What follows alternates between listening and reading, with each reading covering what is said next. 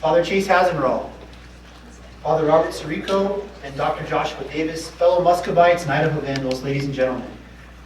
My name is Groshin Krzyzewski. In my role as the Director of Intellectual Formation at the St. Augustine Center, I am tasked with writing and researching, teaching courses at the intersection of history, politics, and philosophy, giving a monthly lecture series, and writing and moderating that which I would like to warmly welcome you to tonight, our second annual Great Debate, which pits head-to-head the aforementioned gentlemen who so kindly accepted our offer to participate, Dr. Davis and Father Sirico.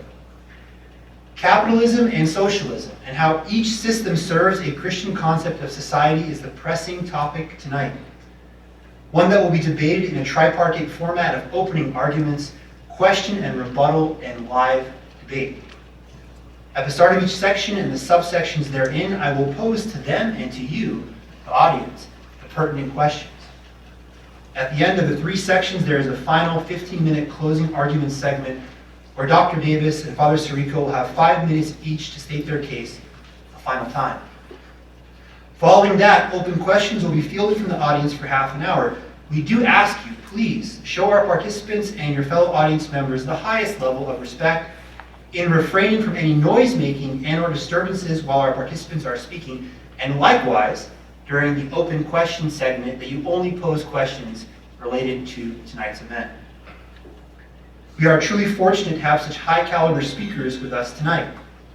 Joshua Davis is the Executive Director of the Institute for Christian Socialism. An Episcopalian theologian and educator, he has taught systematic theology and ethics at the Institute for Pastoral Studies at Loyola University in Chicago and at the General Theological Seminary in New York City. Additionally, he has taught Catholic studies at the University of Illinois, Urbana-Champaign.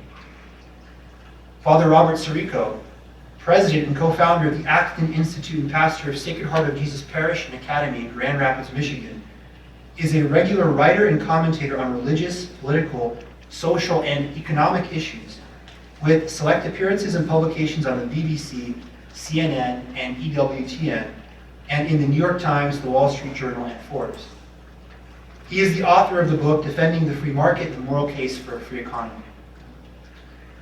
We are all here for a special evening, and I thank you indeed for being here to listen to something I believe is sorely missing in our contemporary society. Honest and open debate that while we, all of us, may come to this room with differing opinions on the subject at hand, certainly share an equal interest in rigorous intellectual exchange. Being many of us professed followers of the one who is the way, the truth, and the life, find our appetites ever whetted for discovering the truth of all things.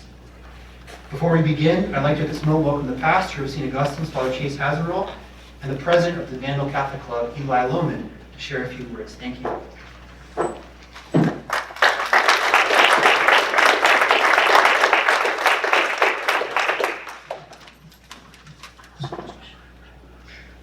On behalf of St. Augustine's Catholic Center and Eli with the Vandal Catholic Club, we welcome you this evening. I just really want to echo what Groshin has said as far as the purpose of this. And as a Catholic, I know not everyone here is Catholic, not either of our debaters is Catholic, but it is a value that we have to be able to engage society, that the church lives in the world and the world matters around us. And so it's also important, as Dr. Groshin was saying, that we exhibit and enter into healthy dialogue, tolerant dialogue, where we can share ideas and not destroy the other person, but to share and to hopefully build each other up.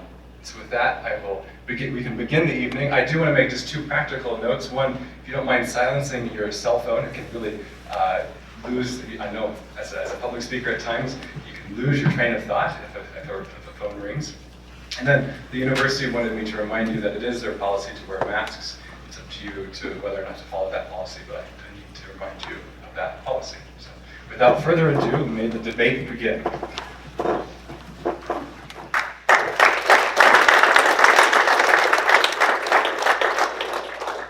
Our first section is opening statement. It is 20 minutes long. Each speaker will speak uninterrupted for 10 minutes, sharing with you who they are, what their position is for the first time. Dr. Davis will speak first.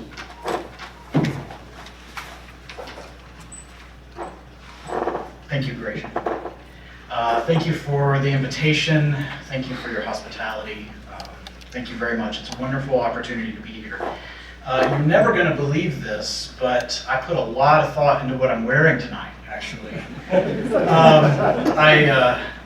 I have a t-shirt with Rosa Luxemburg's face on it, and I thought that I would wear that as a symbol, a sign, first of all, of my commitment and my belief that socialism is the telos of democracy.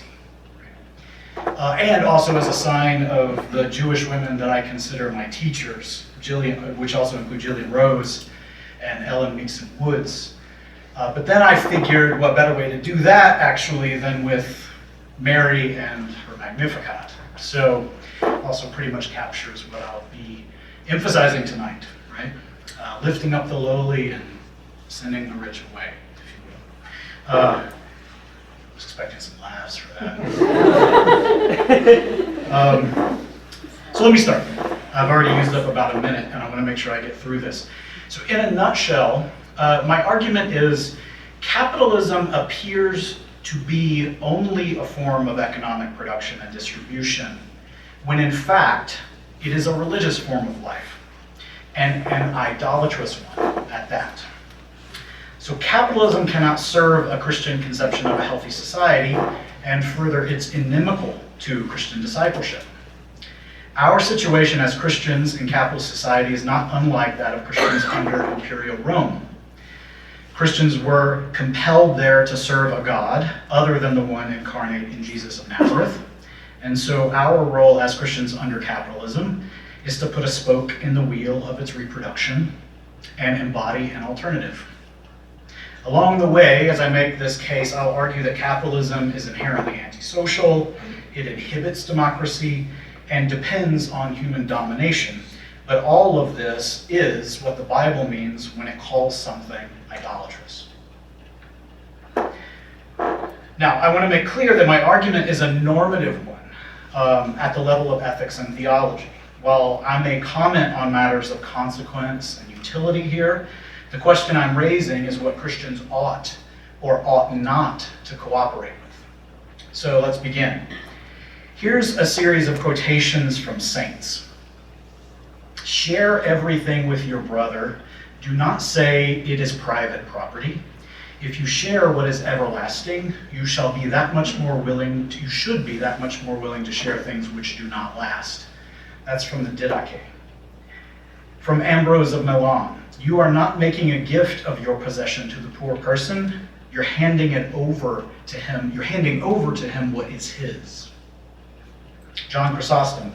Not to enable the poor to share in our goods is to steal from them and deprive them of life. The goods we possess are not ours, but theirs. Basil of Caesarea. The bread in your cupboard belongs to the hungry man. The coat hanging in your closet belongs to the man who needs it. The shoes rotting in your closet belong to the man who has no shoes. The money which you put in the bank belongs to the poor. You do wrong to everyone you could help, but fail to help. These are not ideal statements. They're quite literal. They were no less challenging to the original audience than they are to us today. But we are inclined to dismiss them as naive, and the reason for that is that our entire society is based on the embrace of a form of property that these saints are disavowing, and the rejection of a form of property that they are embracing. They're rejecting private property right. They're defending universal inclusive property right. That's the idea that when God gives existence, God gives equal right of access and use to enjoy what is necessary to sustain life. When they make this argument, the saints are speaking against the cornerstone of Roman private law, which granted a person the exclusive right to use all the things in his household, and he was identified as a person, persona, precisely as a property owner. Everything else that was owned in that household was a thing. Cups, plates, farm produce, people. This statement by these saints is specifically spoken against that form of legal right. It is the legal right, however, that we universalize. Now, there's a caricature of socialists that says they disavow property. That's wrong. Socialists ground everyone's personal right to exclude others from, say, your toothbrush or your home in this fundamental, universal, inclusive property right. When Basil says the bread in your cupboard belongs to the hungry person, he means it literally. It does belong to them. Capitalist society does this very weird thing where it grounds your right to exclude me in our common social bonds. I'm sorry, it doesn't ground your right to exclude me in our common social bonds. It derives our common social bonds from our right to exclude one another. Capitalist society universalizes private property right, and in fact, it identifies human being, personhood, human dignity, and personhood with that right to exclusion. If that doesn't sound weird to you, it's because the identification of personal dignity and property right is so fundamental to our society that it appears natural to us. If it does seem weird, then good, because you're not far from salvation. Because this is complete nonsense. You cannot derive social life from an original exclusion. Let me put it differently. If the right to exclude is universal, then ipso facto it's not particular, but common. You can't move from the particular to the universal without effacing the particular. That is, when you make private property universal, it becomes common property. You can do it the other way around. You can make a particular out of the universal, but not the other way around. But you can move from the universal to the particular. When you try to do the opposite, it's irrational, and that's what makes it immoral. It's immoral because it treats the relative, private property, as though it were absolute, universal. And that's the basic definition of idolatry. The Hebrew scriptures call that bondage because that's what's going on with the Pharaoh. That's point number one. Let me carry this further. If capitalist society is based on this basic contradiction, then what holds it together? And the answer to that is religious. What is the capitalist religio? What's its sacrament? That's the commodity. It's buying and selling and producing things that are made to be exchanged. That's what holds us together. That's a religious act. But it's veiled under its secular appearance. That's point number two. Here's point number three. You're not free to opt out of this religious practice. The only way to survive in capitalist society is to participate in the sacrament of commodity exchange. It's how you traverse from your private property into society, which is where you access all the stuff you're otherwise excluded from, but which you need in order to live. But if you're excluded from everything, how do you get access? Well, you bring your person, your otherwise excluded self, to society and you say, I'll work for you in exchange for access to what I need to survive. And it's just here that something very important happens. Because your person, you, a person, have to become a commodity, a thing, to be bought and sold in order to have access to what you need to survive. Am I a person? Am I a thing? Am I a free agent? Am I an owned object? In capitalist society, you're both. But your personhood only appears in society as an object of exchange. Your personhood is purely abstract. Concretely, we are all things to each other. The commodity is the race that mediates the sacramentum. It even functions ex opere operato. Just doing it makes it real.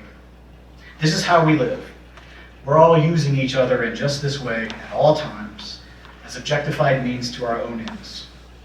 Note that this is the exact opposite of the Eucharist, where the things we share in common become the means of meeting one another in the body of Christ and receiving the person of Christ there in his fullness. My final point, I have 12 seconds. In this situation, we are not free agents at all. Our agency is a function of capital's own agency, which is constantly valorizing itself, and that's our God. It's no mistake that there's a bull outside of the New York Stock Exchange. That's the process of valorization. It's a divinity within society. We call it capital. Jesus called it mammon, and he said you can't serve both of those things. It's clearly demonic. That's my opening statement. Thank you.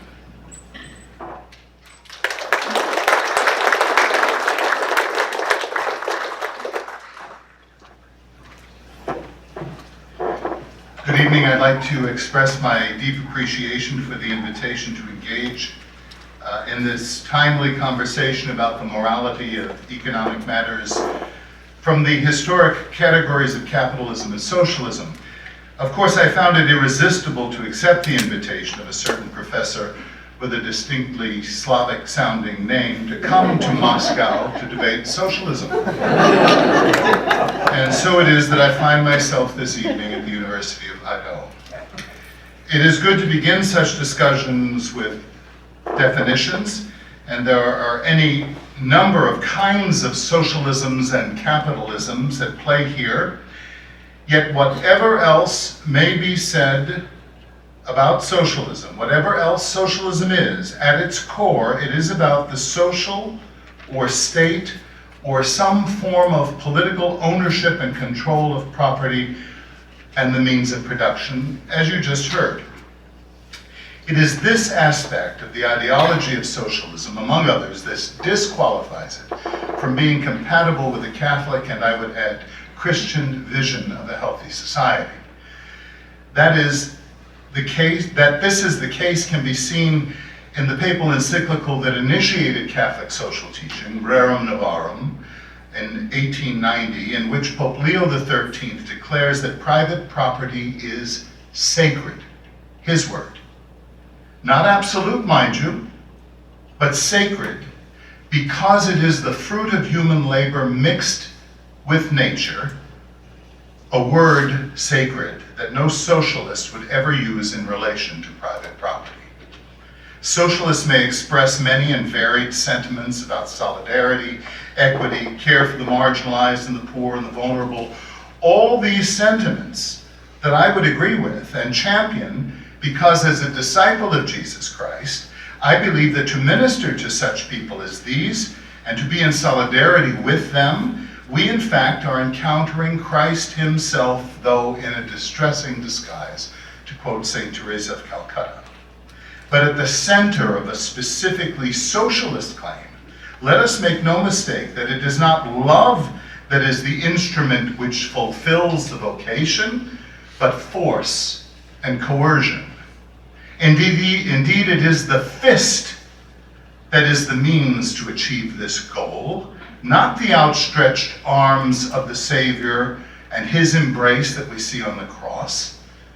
You may observe this for yourself by looking at Mr. Davis's t-shirt carefully, and by looking at his website, where you will see prominently displayed immediately the fist superimposed over the cross.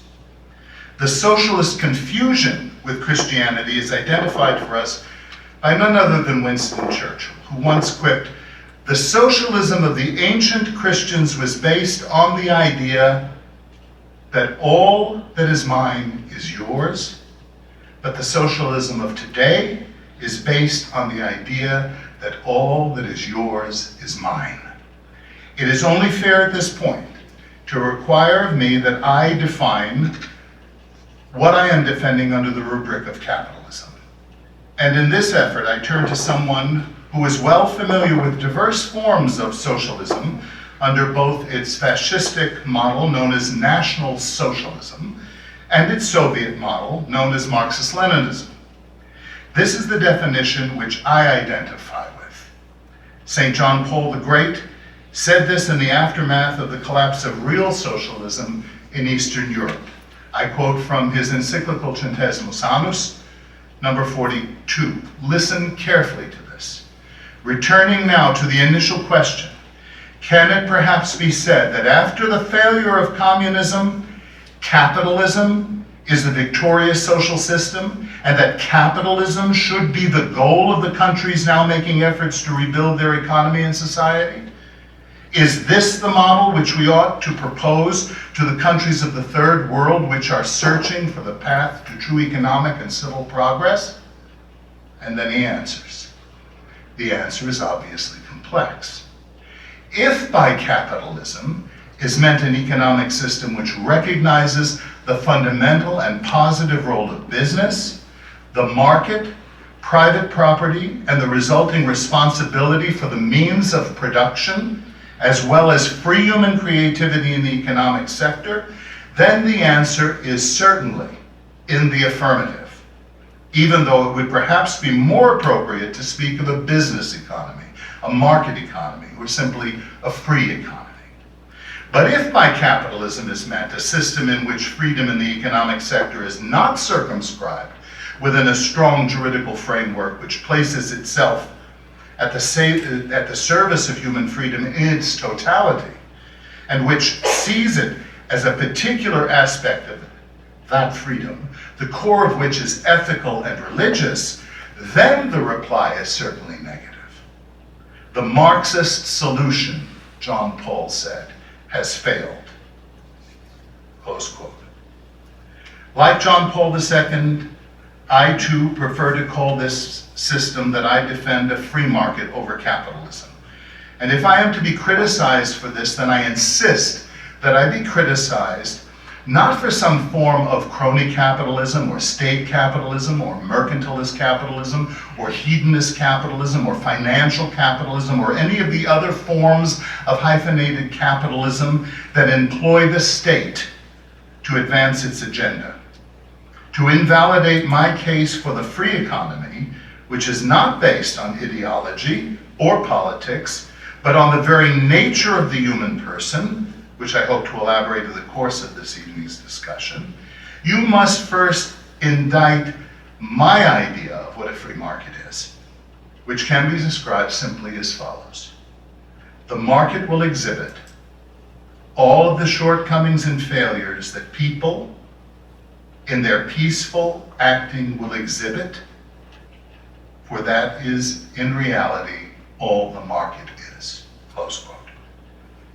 You see, I reject the notion that to stand in solidarity with the poor, one must identify with socialism, especially when you understand what the poor require is not some series of platitudes and sentiments rooted in the philosophical ideas antithetical to the very institutions that will enable the poor to prosper, that will enable them to produce wealth and retain it, to protect their freedom and their liberty of enterprise and their own self-determination, as John Paul II said.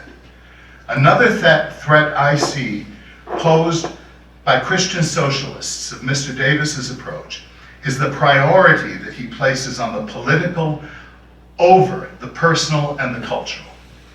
They neglect to call for limiting the power of the state because they see the state as the embodiment of the will of the proletariat. This has two deleterious effects that are interrelated. The first is that it increases the role of power in society, which you hear them speak of frequently, and fails to see the potency not of power, so easily abused, but of authority, the potency of authority. Power is an external form of constraint, whereas authority is an interior acquiescence to something that one sees as true, as authentic, and thus authoritative. The former is based on coercion, while the latter is based on freedom.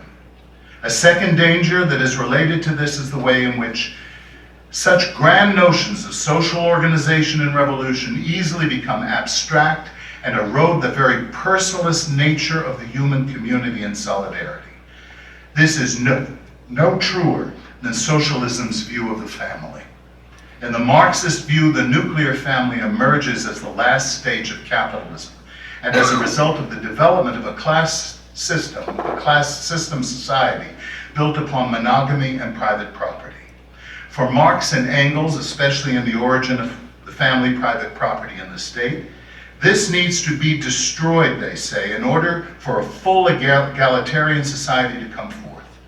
What is key to Engels' mind is that the economic relations have polluted the previously pristine state of human sexuality by the emergence of the private property regime. This is Engels, that is designed to protect the private interests of the patriarchy and family life. Engels identifies with the premise that there are three main obstacles to this vision of social reform. What he says, private property, religion, and this present form of marriage. In one sense, Engels sees what many in the contemporary debate failed to see, namely that private property is the institution that can and does reinforce the nuclear family, and vice versa. The alternative, free love under a socialist regime, will create chaos to the extent that it lacks the ability to assign responsibilities naturally provided in families under private property. The economist Ludwig von Mises offers a succinct dismissal of this absurdity when he wrote, quote, "It is certain that even if a socialist community may bring free love, it can in no way bring free birth. It is clear to see the contrasting visions of life and society between Engels and St. Thomas Aquinas, who saw freedom, prudence, economy, and family well-being safeguarded by private property. Indeed, much of the premise underlying the communist opposition to private property comes out of the assumption that the right to mine and thine is the source of conflict rather than the means to avoid it." Thank you.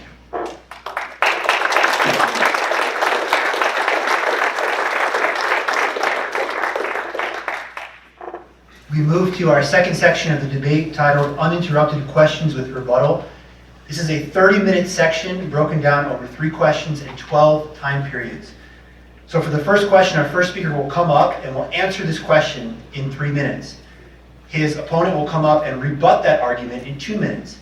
The man who rebutted the argument will stay on the podium and do the 3-minute thing again, state his 3-minute position, and then the opponent will rebut. Then I will come back to the podium, pose a second question, and again for the third. This is the nature of uninterrupted questions with rebuttal. Question number 1 deals with politics. I want to ask both of our participants, why does your system allow for, or even aid in the creation of, a just and equitable and successful political philosophy? Father Sirico will speak first.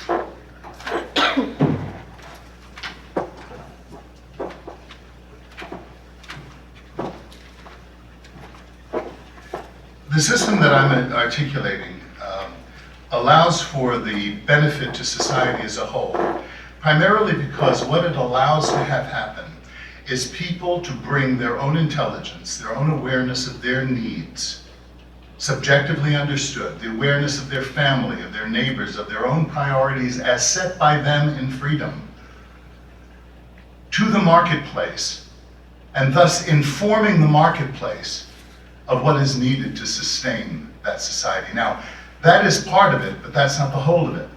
Because we have to remember that each of these people who so comes to the market comes with a certain culture, with a certain set of values.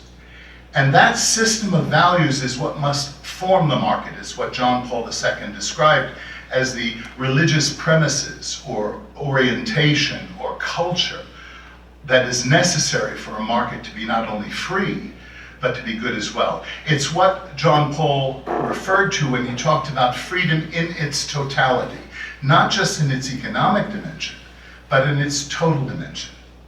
And so I think that when you look at what is called in economics the knowledge problem, you come to understand that when the market is controlled by central planners and bureaucrats and the like, what ends up happening is the constriction of knowledge that would otherwise exist in a market as reflected in the consumer's demand for goods and services, as well as in the pricing system that can cue producers as to what the needs really are. High school debate, and I'm having flashbacks. I did policy debate, not Lincoln Douglas, so, and yeah, there's a lot, I am having flashbacks. But, okay, so notice that he's avoiding the question of commodification and precisely how it works, right? He's talking about prices. Like Marx, and I mean, I like Marx, but Marx is not the be-all and end-all, but Marx makes a basic distinction between value and wealth, material wealth. There has to be, in order for a market to work at all, there has to be a disjunction between prices and value. That's how it works. So yeah, prices can tell you information and they can do all kinds of things. But that's not what I'm talking about. What I'm talking about is the nature of a society. The commodity is not just a thing that we exchange with one another. That's how it appears. My claim is that it is a religious action because it binds the whole of society together. You're not free to opt out of it. You don't have access to healthcare unless you can buy it.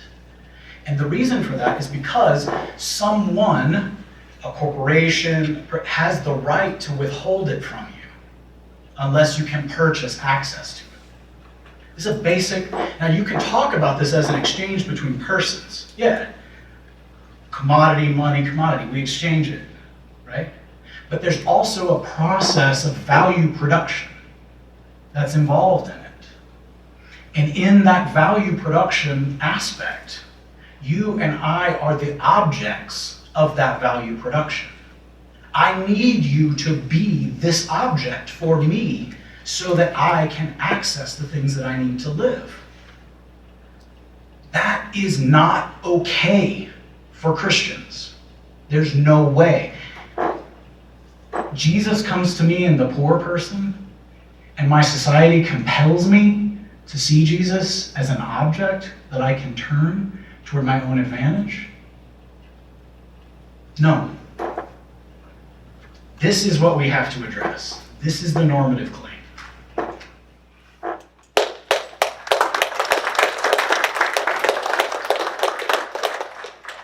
Our final question of this 3.2 section deals with the economy. Why does your system create economic conditions that are both just and profitable to the individual and society writ large? Father Sirico will speak first.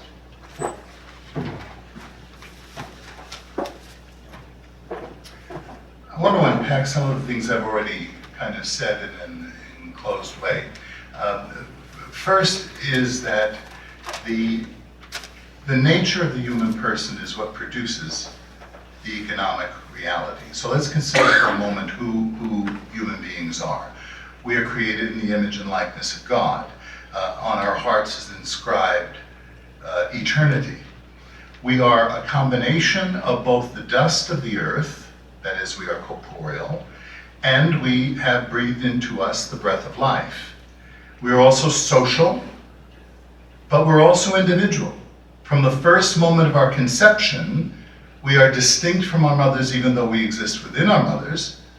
We are in relation to our mothers, which tells us that we're social. These tensions are the human reality.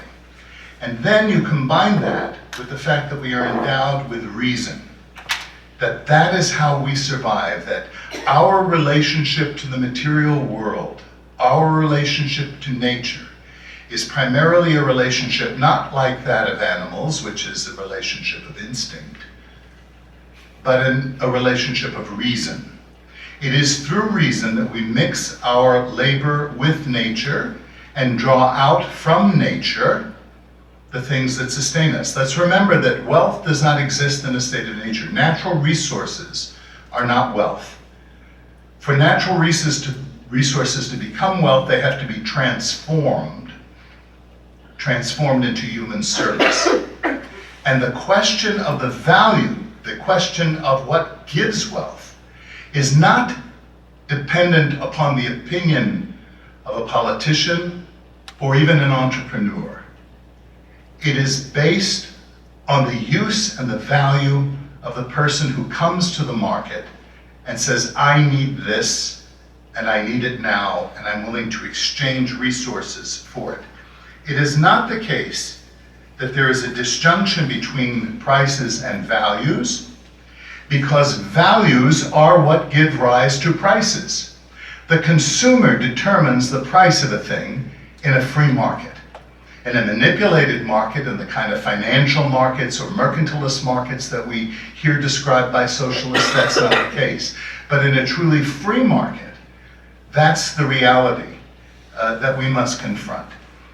So when we consider this engagement of the human person with the material world, we see coming out of that a collaboration, or what Adam Smith called the division of labor among people, so that what is happening is not a class conflict, but a massive collaboration when people are free to enter and exit from that relationship.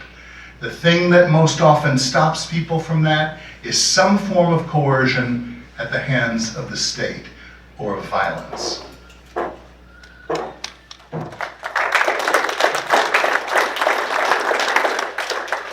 So what Father Sirico is not grasping here in the description of price is that he assumes a direct correlation between price and value. So it's just the subjective valuation of the purchaser. But if that was the case, then the commodity would just disappear. If there was a perfect correlation between value and price, then the commodity would just disappear in the exchange, because it would be realized. The value would be realized. And the reason it doesn't is because value is a social. It's a social category. It has to do. Value happens as a result of the things that are happening at the social totality. Not between seller and, not in the direct relationship between seller and buyer. And I think this is the reason why it's easy simply for Father Sirico to present it as though like what's happening is some sort of contractual transaction, or between the boss and the laborer, between the buyer and the seller. There's a sense in which that's true, yes, but it's completely obviating the valuation process. Right? The reason why you can trade things on the stock market has to do with the fact that value at that social totality level is something that can be transacted. And that's what we're talking about. At that level, you and I are its objects. And we all have to participate in that process of valuation in order to just simply survive. Now, you can also hear, and this is what I hope that maybe you can come away from this, like in the way that he described the human person as in this tension between individuality and sociality, right? That's the commodity. That's what it is. It has this concrete particularity and this universal sociality dimension. And it functions precisely in the shuttling back and forth between those two dimensions. To describe the human person in that way is already to have digested your own self-understanding as a commodity and to see your personhood in that way. This is what we're fighting for, to stop. This is dehumanizing. And this is the reason why this is so significant. And it's not about bureaucrats making decisions. It's about human freedom and the maximization of human freedom and our own, and taking back the agency which is now subscribed to this whole abstract thing that controls our lives and makes us interact with one another in just this way. I got more. Again, for the socialist, social value should not be exchange value, but the meeting of human needs. This is what we're talking about. We're talking about, that basically, what that means is the mediation of material goods ought to be subject to one's own self-determination. This is what I was getting at when I thought were my last words here. Not subject to the domination of this abstract processes through which exchange value expands and grows. That's my first point with regard to economics. The second point, though, is something that I've not really had a chance to point to yet. It's something that Maurice Poston talks about. And the way that I'm talking about Marx here is dependent upon my reading of Poston, who I think is extremely important. And he talks about the treadmill effect of value production. It's quite easy to grasp. So let's say that across the world, the basic standard for corn harvesting is 100 pounds per hour, and I can get $100 for that 100 pounds. Well, if I figure out a way to harvest the same amount in a half an hour, then I've doubled production, and I can claim twice as much. I have an advantage on other farmers, right? I can potentially at least collect twice as much. But once my technique basically has become generalized, then 100 pounds for 30 minutes becomes the new standard. and I can no longer collect twice as much. Now, everybody producing corn has to do 200 pounds in 1 hour just to get the same $100 that we used to get for 100. This is the dynamism of capitalism, right? This is how it generates more and more and more value. Now somebody has to come up with some way to do 200 pounds in a half an hour, right? And so on and so on. Now, this is where capitalism's dynamism comes from. But what we're doing is we're getting increasing quantities, material quantities of corn, but diminishing standards of value. You can imagine a situation where you have all the corn you could possibly imagine and it would have no value at all. Now, this opens up the possibility for us to see that human life doesn't have to be that way. You can produce material goods and distribute them to meet human needs and not be chasing this bad infinite of ever-expanding exchange value, which has absolutely nothing to do with meeting human material needs. This is really, really weird, but it's the world that we live in.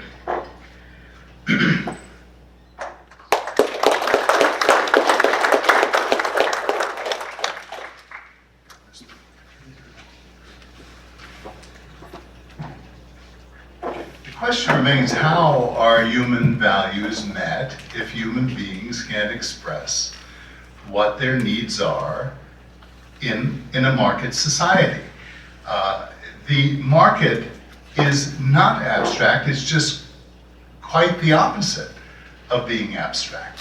It's the most concrete thing you can see. You pick up the object, the commodity. The commodity is the thing that you say you need, and you look at it and determine, yes, this I need, or I don't need it at this price, I'll wait until the price comes down, or I don't need it yet, I'll get it at another time. The dynamism that we just heard caricatured and condemned is in fact human progress. It's the wellspring of human progress. It's why we are living right now in the moment of the greatest financial prosperity, material prosperity in all of human history. Let's hope we can keep it if we keep the regulators off of our creativity and the taxers out of our pockets. This is progress. This is the phonograph that becomes the radio, that becomes the record, that becomes the DVD, that becomes the CD, that becomes the internet. This is what makes all of our lives so much easier. This is what accounts for the greatest explosion of material progress in all of human history, evidenced by the increasing number of human beings on the planet, which I suspect the humanophobia of the socialists would decry in favor of the zero-sum game that they advocate, because they see the world as essentially scarce and essentially in need of redistribution, rather than essentially dynamic and creative, so as to meet the needs and the desires of the human heart. The trick is for us not to idolatrize this. That's the challenge of the Christian. And I suggest to you there's no bureaucracy in the world that can instill in us that kind of spirituality.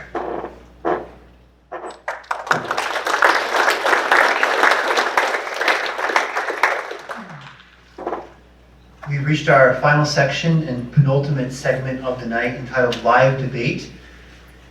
This is a 20-minute section which will be led by 2 questions. I will pose the first question. A speaker will have 90 seconds, a minute and a half, to answer the question. His opponent will have 90 seconds.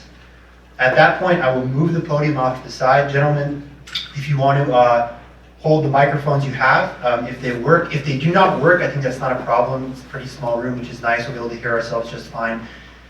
But after those 90 seconds each, I will move the podium to the side, step off, and allow our 2 debaters 7 minutes of pure live debate. If you've seen a presidential election debate, you know what this looks like. As we sports fans enjoy referees in football or basketball letting them play, I aim to do the same. Even if the defensive back tackles the receiver in the end zone and the ball's nowhere near, I do not want to step in. I will allow these two excellent speakers and thinkers to police themselves, so to speak, in those 7 minutes of open debate. The first question, the first topic, deals with the family. Why is your system, how does your system aid in the construction of what can be defined as, quote, a healthy family philosophy? Or, in further focus, why is your system most favorable and or most supportive of the family? How is it so? Please give us details. Why? And what are the larger and most important aspects to know? So once more, the opening speaker will speak for 1.5 minutes. His opponent will speak for 1.5 minutes at this podium. I will move the podium. They'll have 7 minutes of free debate. Father Sirico will speak first.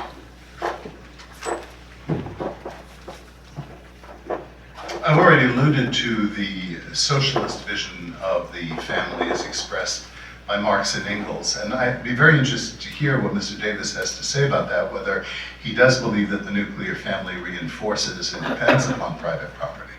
So in the sense, and I don't want to say, well, where I do believe in socialism is in the family. That is non-coercive socialism, where you can actually know people and know their needs.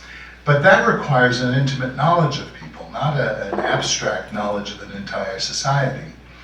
In point of fact, the human person's nature is expressed in the social unit of the family, because here both their individuality and their sociality come together in the conjugal union of marriage. This is where the self-gift of the one to the other, lest that be called commodifying, is seen with the resulting birth of children. In order for those children to be sustained, they need this kind of arrangement where people know and have an innate interest in the well-being of those children, so that they can be formed in a moral life and themselves become productive. Private property is an essential part of that. It's not the totality of it, but it's an essential part of it for the family, and that's why I think my system is better suited to the family, rather than the Marxist notion of abolishing the family as we know it because of its relation to private property.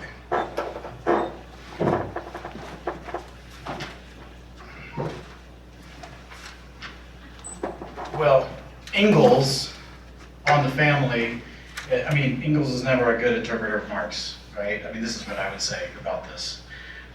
The reason is because, for exactly the same reason as what I was saying about how it is that what we see is the essence of commodity society when we remove private property in markets, right? Which you see in totalitarian communist countries. I mean, I'm sorry that it's news to you, but it was said in the 40s by Friedrich Pollock, right? It's called state capitalism.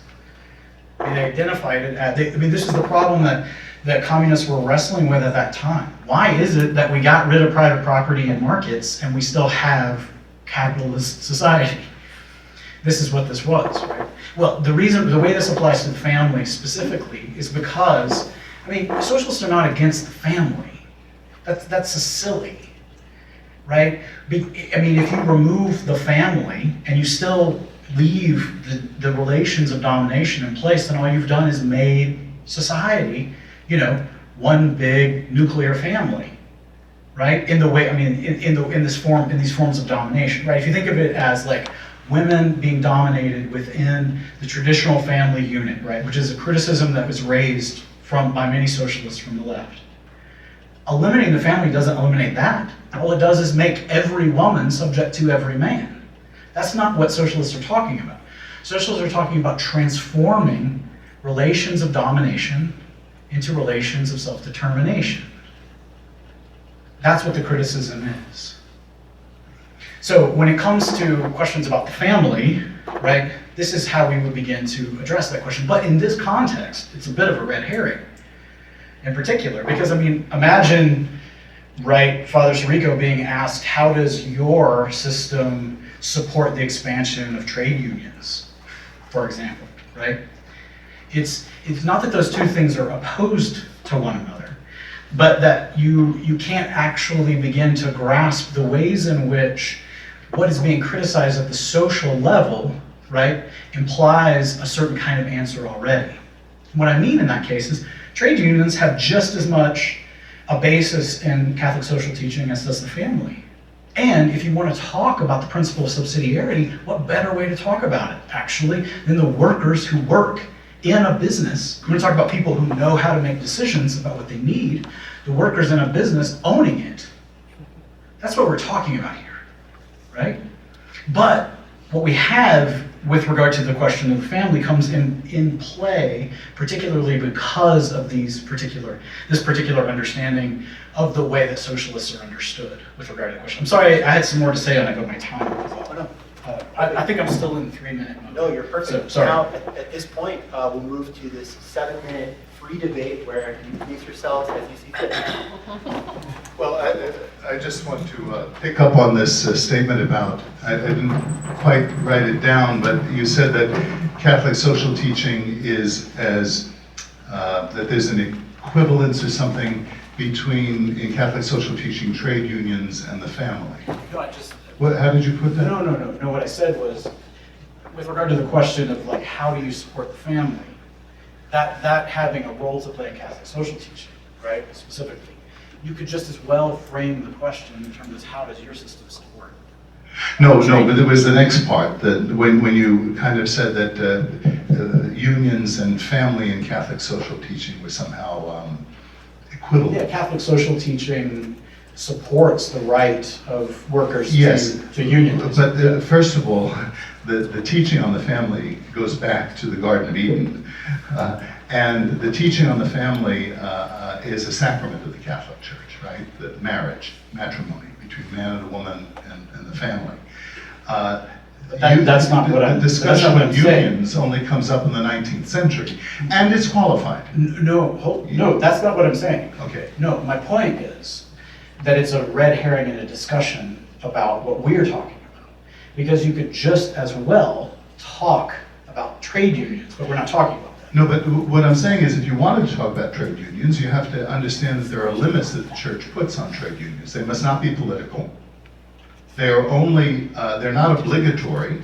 They are predicated. The whole premise of the right of trade unions is the right to association, and that means the right not to associate. So it's qualified, and I think that trade unions are very valuable, especially in socialist countries, where they're usually not allowed, as we saw in Poland. I think you're misunderstanding my question, but Perhaps. that's fine. So. I'm just letting you have at me now. Oh, okay. So, are we talking about the family?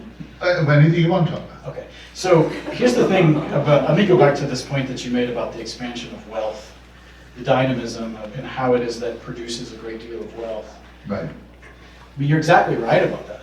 I think that's what I was describing. Yeah.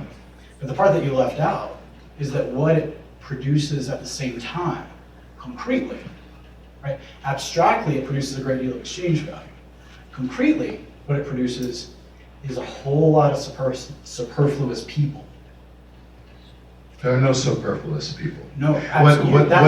What this system does is produce food for them. No, It produces cars for them, it produces air conditioning for them. No, but it produces a longevity. lot of people who have no work, who have no access to the means to sustain their lives. When they have no access to work, it's because some artificial barrier has come in and prevented them, whether it's immigration laws, whether it's minimum wage laws, whether it's various kinds of subsidies that distort the market and distort because the market, of course, is a market for labor as well.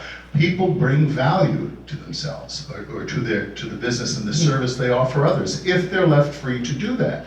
It's when you interfere with it, either with regulation or taxation or another way, that you have the people who are surplus labor. So explain that to me in the cycle of valuation that I was describing. Because if what you do is you wind up with something that's consistently decreasing in value while it's expanding in material wealth, you can produce, right? We can produce it with machines. Yes, but that's only part of it, you see. It's only part of what? Of the whole process of productivity. Because as things are reduced in value, new things come online. So the shoemakers and the horseshoe makers in England were displaced, and this is what, and here in the United States they were afraid, what are all these horseshoe people going to do without jobs with the automobile? Now we employ so many more people in the automobile industry than were ever employed in maintaining horses. That happens in technology, and in human beings are the center of the economy. What you're not grasping here is your assumption is that it expands at the level of needs, right? But that's not true, because what human beings are able to do on the cycle evaluation, this is the whole thing. Industrial production is capitalist production. Its whole purpose of being able to produce more value depends upon its ability to be able to extract that value from people so that it doesn't need them anymore. It extracts, no, that's not the case at all. No, it's the way it works. No, That's specifically what But it's happens. not an accurate description of a free market economy. A free market economy exists to produce things for people who need them, who tell you that they need them. Where And the is fact this that- market? What? Where is this market? It's operative in part in the United States. It's operative in part in the West. Well, no, what you're describing is an ideal type. I'm describing, there is no ideal type. I mean, the heavens outside Exactly. man's reach are what's a heaven for. And that's another point of difference between the two of us. Your socialist idea is ultimately utopian. You judge the market economy because of its failures. No, it's an accurate description of the way in which it functions. What you're doing, what your description of the market depends upon eliding specifically what the market and other forms of capitalist production veil. If that were the case, how do you account for the fact that those, again, we're talking about mixed systems. There is no ideal. There is no ideal. You're not going to say there's an ideal socialist arrangement. I'm not going to say there's an ideal free market arrangement. But on the whole, when you look at the continuum, how do you explain the fact that these societies that have less taxation, less regulation, less bureaucracy and government intervention are the more prosperous, that have a greater longevity of their populations versus the more command and control economies? But I'm not advocating for command and control economy. Well, what is socialism? It's the overcoming of the commodity form. It's the abolition of private property. No, it's not. Because I just described, this is what I've said over and over again. The abolition of So private you property. don't accept Marx. No, this is what Marx says. He says that at the end, that there will be the withering of No, the way no, to no. say. There's no No. dictatorship of the proletariat. No. What Marx is talking about is the abolition of the value form. The value form itself is exchange value. He's describing the process by which value turns human beings into things specifically in order to valorize itself. And this is what we're talking about. With a You can't- materialist no, ideology. No, you don't get rid of that by eliminating private property. That continues. This is what we see in totalitarian communist nations. What I'm saying. You don't get rid of this by removing the market. But what you can do is that you can see that at work in markets. Because you're right, I do come to the market and say, I need this thing. Please give it to me. But you have to describe that from the other side of the process of valuation. Which is says, I where- give it to you so that you're giving me something. No, It's- where you're it's- using me to fulfill your purposes just as You can I say that about any relationship between two people. No, This that's not is true. where you get the notion of saying that free market in healthcare, commodifying healthcare, exists off the illness, No. makes money off the illness of people. No. Restaurants make money off of the Look, hunger a of feudal people. lord dominated a peasant. That was a transparent form of domination, and it was exploitative. It wasn't commodified. He knew that he was being exploited, and the feudal lord knew that he was exploiting him. It was a transparent social relation. It wasn't a fetishized one. No, They both knew they were able to It was encounter one another. modified because the harvest was given to the Lord. No, that's not a commodity. That is a commodity. A commodity is a thing that you use. No, it wasn't produced specifically in order to take it to a market. Excellent. We continue in this next section.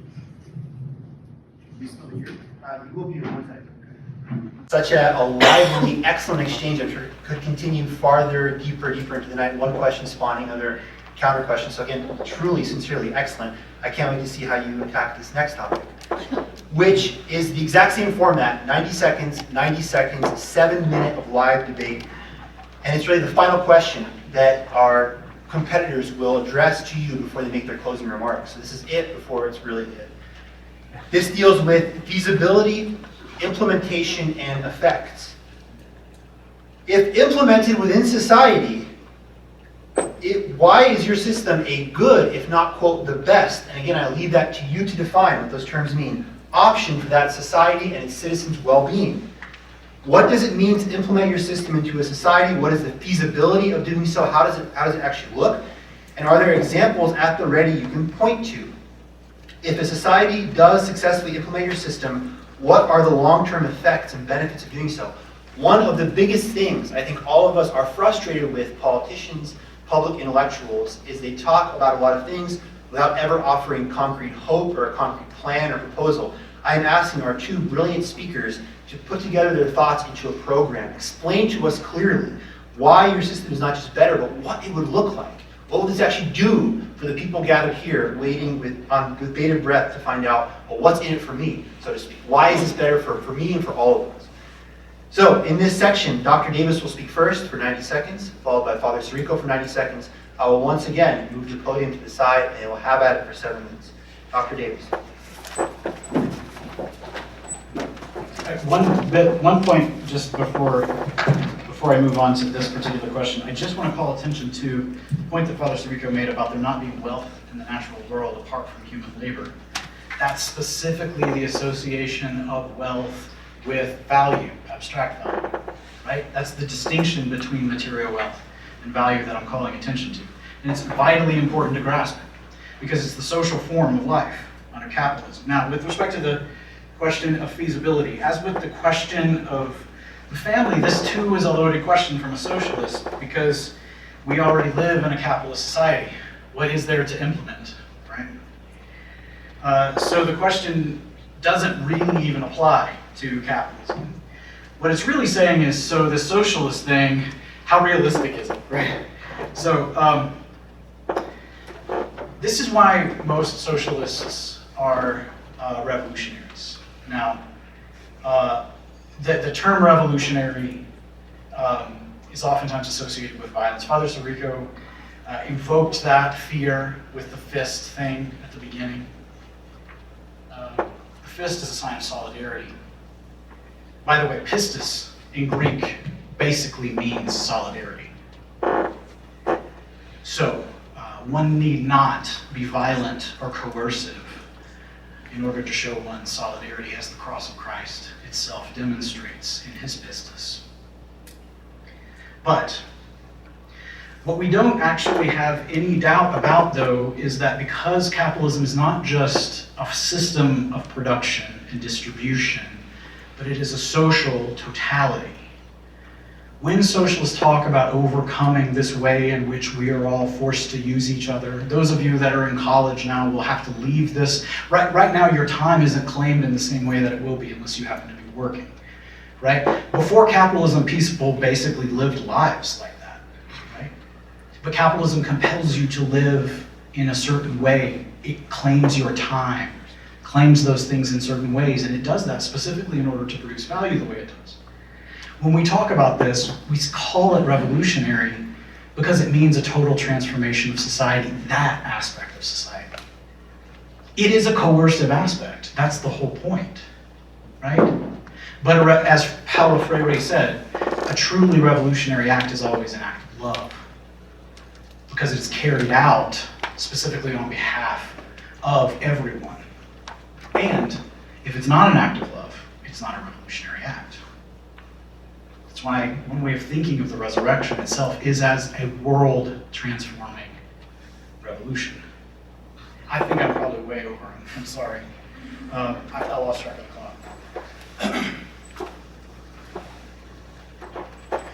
clock. I use the metaphor of the fist. I mean, come on. We're talking about socialism here, right? Let's understand what we're talking about. We're talking about class struggle. class warfare. We're talking about a dictatorship of the proletariat. And when you see a fist, that doesn't mean solidarity. It means a punch in the face. And that may not be done by a particular individual, and I'm not accusing my colleague here, I hope not, of advocating violence, at least direct violence. But the very institution of socialism is a violent institution, because it says we need to all share our wealth, and if you don't share it, we'll take it from you. Or we'll make a law that will put you in jail, or we will come and take over your factory, or in whatever other way that is going to happen. That at the core of the socialist idea is not the socialism of the early church that says everything that is mine is yours. And that is a disposition we must have. We must touch things lightly. We must be generous.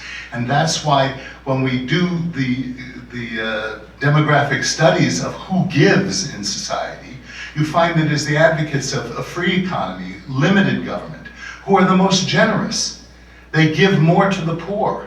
They volunteer more time. They even donate more blood. And if you don't believe me, I refer you to Arthur Brooks's book called Who Gives in Society?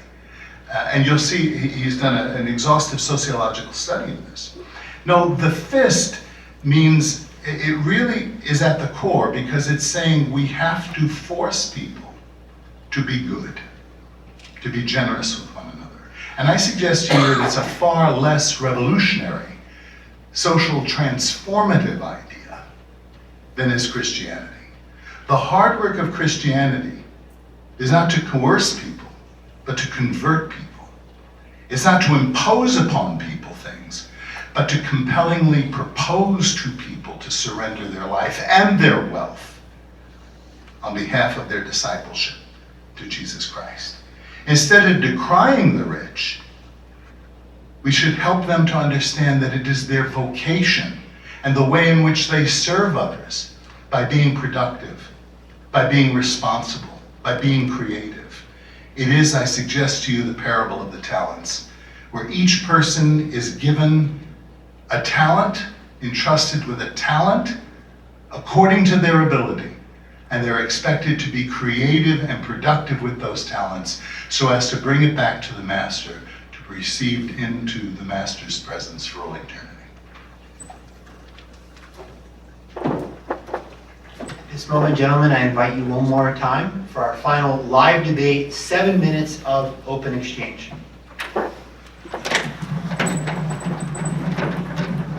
I don't know what you're going to do when you realize that I'm not interested in bureaucracies or Well, how are you going to imposing do anything.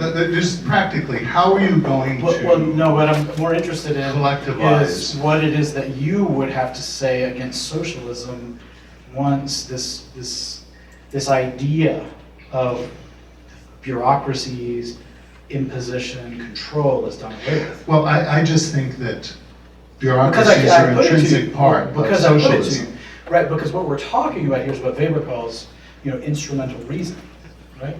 So you'll notice that everything that I have been rejecting here is specifically that. That's what value is. That's what exchange value is. So when you describe bureaucrats, what you're rejecting with bureaucrats, that's what I'm rejecting with exchange value. Well, then how are you going to implement a system that, I don't know, high taxation or whatever way in which you're going to get money out of people, out of the rich, and redistribute it to the poor? Who's going to be doing that on a practical level? Who's going to be writing the Well, checks? this Who's is the going to be point that I've collecting been the making, money? is that about the way in which there's a red herring and a loading of the dice here insofar as we live in a capitalist society. Because your question presupposes a commodity society as an answer. The question that I'm interested in you addressing is, why is it that you're so invested in this commodity thing? Because it seems so terrible. Well, by commodity, I mean the things that people need for their lives. Absolutely. And Right. what I Was described... the bread that Jesus produced on the Mount a commodity? No, absolutely not. Because Jesus didn't live in a commodity society. We do. Well, of which course he lived in specifically a commodity means- society. Of course he did.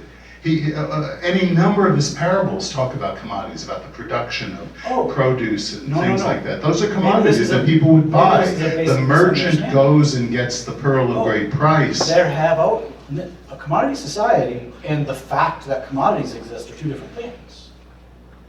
What I'm describing, I mean, there have always been commodities. I mean, you produce So, when you take it, so you have a lot of commodities among a lot of people, When you talk about a commodity society, you're talking and that's about not a commodity society? when the whole of society is mediated by the exchange of commodities, that is a world Well, how else are they gonna get event. what they need? There's all kinds of ways. It doesn't have to be through commodity How? exchange. I mean, I could live on a farm and produce what I need for sustenance. Everything? Yeah. You need to read the first chapter of Adam Smith, The Wealth of Nations. You're gonna Yeah. make shoes, you know how much, you couldn't make a pair of shoes in 2 years. This is, no, but human You'd have to go and trade with somebody, But human beings have done it forever. collaborating with each other, Right. dividing their labor, Not and in commodity exchanging their, societies. that's exactly what No, it is. no, it's not. See, this is the thing. You mean some village- Look, I mean, watch what's happening here, right? What you do is you take something that's historically specific about capitalist life, and you present it as natural, because that's how it appears to us. No, there are all kinds of people for thousands and millions of years that did not live in commodity society. Who lived in subsistence circumstances. Absolutely. Barely able to live. But Wouldn't be able to feudalism is not a provide- commodity society either. Barely able, 8 billion people on this planet are going to make their own farms? No, but And feed themselves? But see, look, here's I the wouldn't thing. exist 2 days on a farm. My question, With all due respect to you farmers in New York. my question is, why are you so invested in this particularly destructive and perverse relationship? I don't think it's destructive and perverse. I think it's an outgrowth of human nature. It's what Leo XIII spoke about. Commodities? About human Commodities. Have you read the encyclical? So. Have you read Rerum Novarum? So what you're saying. Private property? Absolutely. That So people can have their own. Private property and personal property are not the same thing. No, I understand. The personal property is the toothbrush. There's always been Personal property is the fish. The means of production is the net. You want the net. No, that's not what I'm talking about. That's what Marx said. Unless you're excising Okay, Marx. you guys heard me, right? I've said repeatedly that seizing the means of production does not eliminate commodity societies. Right? This is what I'm getting at. Like, if you can't caricature the position, then you can't actually attack it. We're not having a conversation here. Here's the thing. Commodity society is historically unique, and it only arises specifically because we generalize the ability to exclude one another from the means of subsistence. You don't have to do that. That's called the class struggle. No, it's not. Sure. That's not what we're talking about. It is class warfare, but it's Okay, not. But class it's, warfare. Let me finish. But it's not waged on behalf of the poor. It's waged by the rich on the poor. Because, I mean, in Europe, in England, you had a common right to property to grow the food that you couldn't provide yourself otherwise. These people enclosed it, cutting people off from access to it. You don't see that your entire taxonomy is predicated on the inversion of Hegel. No. And 'Cause it's not. promoting this class conflict that all societies. Again, a conflict. caricature. Again, a caricature. I'm trying to describe what you No, yourself no, you're trying to. just said. No, you have certain assumptions and caricatures that you are deploying over and over. This is not Hegel. This is not the inversion of Hegel. It's the indictment of Hegel. Marx and reversed it. No, like capitalist society is Hegelian society. I grant you the parts of it are, mostly in the universities. No, like the. But, I'm sorry, I'm in a university. I forgot. No, look at capital. Look at how it works. It's self-valorizing. It's Geist. Now, the reason I know this is, I didn't mention this earlier just because we've had so much to go on. I was involved in the left in the 70s. I knew Jane Fonda and Tom Hayden. I marched for the farm workers. I was involved in the feminist movement, and the gay movement, and the anti-war movement, and all of the rest of it. And this is what we believed. This is what and when we raised our fists, we hoped that it would intimidate the capitalists. Well, I mean, I can play this game too. I'm sure you I have was- better, I was like a Left high school, credentials. wanted to be a part of the Heritage Foundation, and this is what I believe. well, we can, No, no, we can I'm invite you I'm back into the specifically- fold. No, listen, look, if you want to re-describe the way that I've described it, and address the specific claim that I've made about it, Well- normatively, because that's what I'm saying. Well, I think your definition of commodities, so you're hovering. No, No, he's hovering. I am. He's hovering. Can I finish my sentence? Yes, but last two sentences, and then we have closing statements. I promise you have a full 5 minutes to really Okay. screw in the nail. It's just But that your address definition of commodity Address is, commodity society, not a commodity. I guess I said it before, when you have everybody who's in need of commodities, and they exchange those commodities with one another, that's called a commodity society. When the only way in which you have access to the things that you need to survive requires that you be objectified by another. I don't think this is objectifying. I think values are subjective. In the I'm not talking economic about sense. value. I'm not talking about value. Thank you, gentlemen. To be continued. To be continued now. What's happening now? We're going Okay. to do our closing final. So, I've been informed that there will be no time to pose questions here in this room. Fret not, fear not. Afterwards, we will be reconvening over at the St. Augustine Center if anyone wants to informally engage with these two excellent speakers, ask some questions there. We've reached the last section, 10 minutes. It's going to be 5 minutes each. There are no stipulations here. I have not asked them to prepare anything. I've said 5 minutes, give us your final kind of remarks, why your system is best. Dr. Davis will speak first. So let me conclude by reiterating the point that we cannot make an argument in favor of capitalism that doesn't require us to violate basic Christian moral commitments. It may be possible to defend capitalism on utilitarian and consequentialist grounds. That's what Father Sirico is doing here. That its dynamism produces the greatest material wealth that we've ever known. Don't dispute that. But even those claims must be defended against normative claims about human dignity. They must, in other words, take the form of a defense of the right to, or the privilege to violate human dignity by instrumentalizing persons in order, or for the sake of, the production of exchange value without explicit consideration of human need, or in spite of it. Think of what a peculiar situation this is. I know that those of you that work, you know what I'm talking about. You talk about the claim that's made on your time. When you talk about how it is that your freedom is inhibited by the claim that your employer has on you. When you cannot get access to the health care you need because someone has cordoned you off from it. It's very, very simple. I mean, you can talk about what markets can do for you all day long, but what it boils down to is the exclusion of you and the need for that market to objectify you for its own purposes, rather than your human need. That's what we're talking about. It's very simple, and it does not have to be this way. Right? Capitalism causes us to mistake this for something that has to be. This is the reason why I said earlier that it's an idolatrous religion. Because it looks real. It's a false god. It looks ultimate. It has metaphysical qualities about it, but it's all an illusion. Think about what a peculiar situation this is, where we're forced to treat one another as objects, not just without our knowledge of doing so, but even when we don't want to. I'm not free to stop doing that. Think of what this says to us about our celebrations of the Eucharist. At the very least, it means that what we believe is really happening there between Jesus and us and between one another, that it's only true in some abstract sense, a formal sense, that even Luther himself would have not countenanced.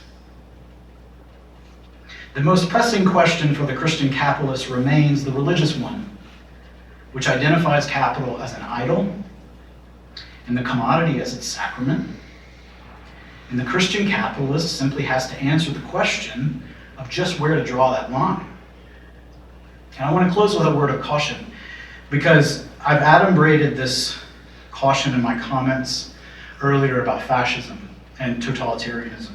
I think Christian socialists are especially vulnerable to the appeal of reactionary socialism, by which Christians recognize that the spiritual dimension of life is often bound up with reductive, instrumentalized reason, technologization, quantification. That's what he's talking about when he's talking about bureaucrats. I hate that stuff too. Christians hate that stuff, right? Cottagecore stuff, right? Like you want to get back to artisanal breads and stuff like that, right? The qualitative dimension, recuperated. Christian socialism has a way in which it can kind of fetishize those things in a certain kind of way, but miss the fact that those things too are a part of the circulation of the commodity. It's not just a matter of affirming the qualitative dimension over against the quantitative dimension, pitting them against one another. That's the kind of thing that he's invoking when he's talking about class conflict and stuff, right? That the poor are engaged in warfare against the rich or something like that, right? No, what socialism is about putting that whole dialectical frame into question and overcoming it because of the ways in which it inhibits human life. It inhibits human dignity. It inhibits the possibility of democracy. And so when we talk about these things, don't just simply flee away from industrialization towards a Christina Rossetti poem or something like that, right? But understand that even the ways in which the things that we want to affirm oftentimes are bound up with the ways in which our lives are commodified, and put that whole frame in question. We have to exercise critical rationality in just this way. One way of putting it is, well, no, that'll just confuse you. So I'll just end there.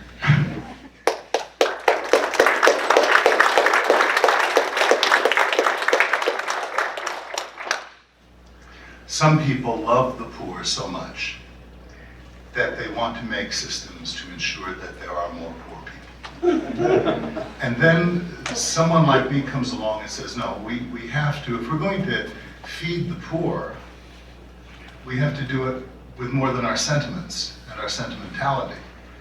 We have to know how to put together a bakery, or a series of bakeries, or build industries that know how to clothe the poor, feed them, and make shelter, and systems of healthcare and the like. This is why the material world is important, not because we settle for materialism, certainly not because we idolatrize it, because we worship it. There's a difference. Jesus didn't just call the poor. There's a significant number of wealthy people who ministered with Jesus and enabled him. The women who walked along the way with him, Joseph of Arimathea. And where in the world did our Lord get that seamless garment? I mean, these are the kinds of things that are just out of the question. I have a book coming out in the spring on the parables. You know, you just have to think about these things in their whole dimension. And we have to love the poor concretely because we find Christ in the poor. You know, this denunciation of exchange and then the invocation of the Eucharist is a misnomer. Because any one of you who has a familiarity with the Latin of the Mass, which the Mass is based upon the Latin, will notice the word scambio, precisely in what we translate as the exchange of gifts. It's where human labor draws from nature the bread of the earth and fashions it and makes something from human labor and has a transcendental scambio with God, a transcendental exchange where God now gives back to the Eucharist his very presence, which we could not make. I don't see my relationship with those with whom I exchange goods and services as an objectification, but as a collaboration, one with the other.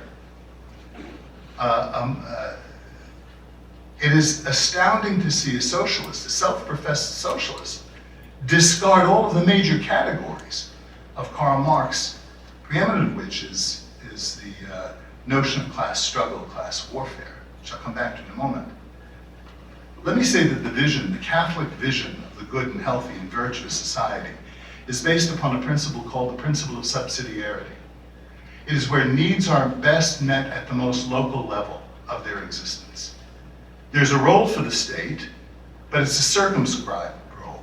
There's a role for the state, but the state is not the normative actor in social relations. It has a subsidiary, a helping effect. And that people are helped only at levels of their need. And that the state does not intervene into the business economy or into the family or into social organizations unless there's a manifest failure of some sort, and then only temporarily. I think the person who put the skids under Marxism better than anyone else was not an economist, but was that little wrinkled nun in Calcutta. And here's what she said: "We have no right to judge the rich. We do not believe in class warfare. We believe in class encounter, where the rich save the poor and the poor save the rich." This is the free and virtuous society that I am defending. This is the free and virtuous society that the Acton Institute has been promoting and trying to help people like you understand through various courses, which you can access through acton.org.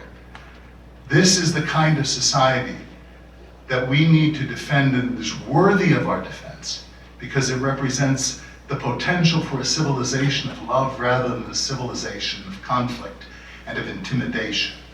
It is a civilization of encounter with mutual help and support, as Mother Teresa said, where the rich save the poor and the poor save the rich. Thank you very much.